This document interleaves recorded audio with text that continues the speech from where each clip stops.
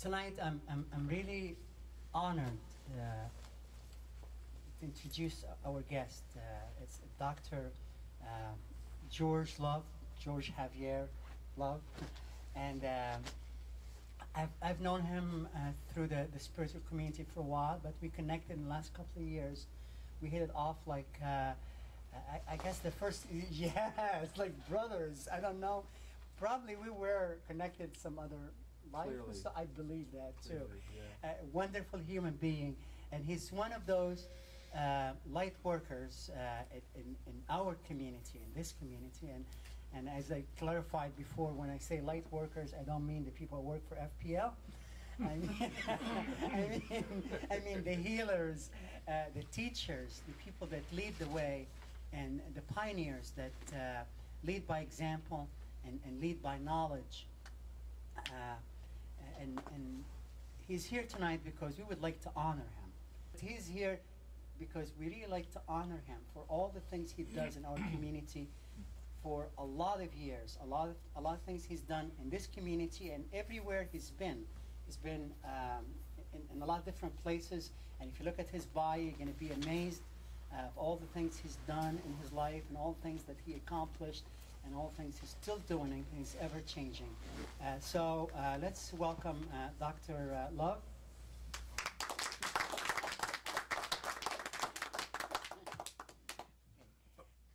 All right. And so this is about you today. Okay. All right. So a lot of people can go online and they can read about all the accomplishments you've had and how many degrees and where you got them and what kind of experiences. I'd like to really get to know about you, how you grew up, where did you grow up, and how was your childhood like. And I'm going to ask you more questions, so if you want to start with that. Okay.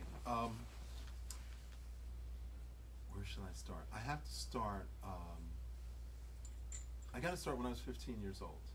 I read the I Ching, and I was fascinated by Taoism and Buddhism.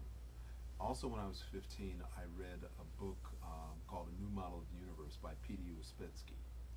And then I found out that Uspensky was a student of Gurdjieff, and then I started reading George Gurdjieff.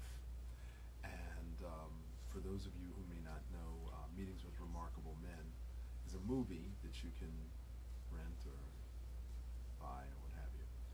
And he, in 1880, whatever, found a piece of a map that referred to the ancient Egyptian mystery schools.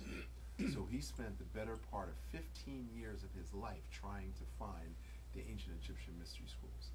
He eventually found them in Afghanistan, in the caves in Bamiyan Valley, the same caves that we were looking for Osama bin Laden. And remember they said that there was 2,000 caves? Well, that's where he eventually found these ancient Egyptian mystery schools.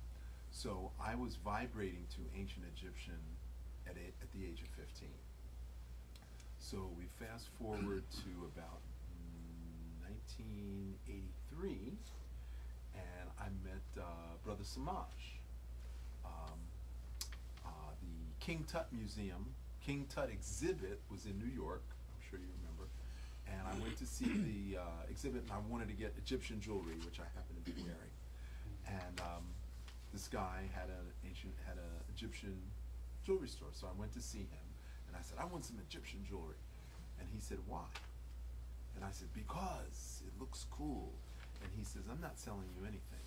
If you don't understand the symbology behind what it is that you want, then I'm not going to sell it to you. 5 hours later, you know Brother Samaj. Oh, yeah. 5 hours later, I finally began to realize that I was going to have to study with this guy. So I spent the next 6 months studying Kemet 101, and eventually became a priest of Kemet, and then I eventually became a priest of Imhotep. So I followed a particular path. Now at the same time I'm running this ancient Egyptian path, I'm also running a Tibetan path. So I went to hear the Dalai Lama speak in 1979, and I was running late. He was speaking at the UN. Not a lot of people knew who the Dalai Lama was in 1979. So I'm running late. I get on the wrong elevator, and there's the Dalai Lama with only one bodyguard. So I'm, oh my God, it's him. And he's obviously amused. And he said, "You have questions?" And I'm like, "Yeah, I got a lot of questions." But I couldn't get it out.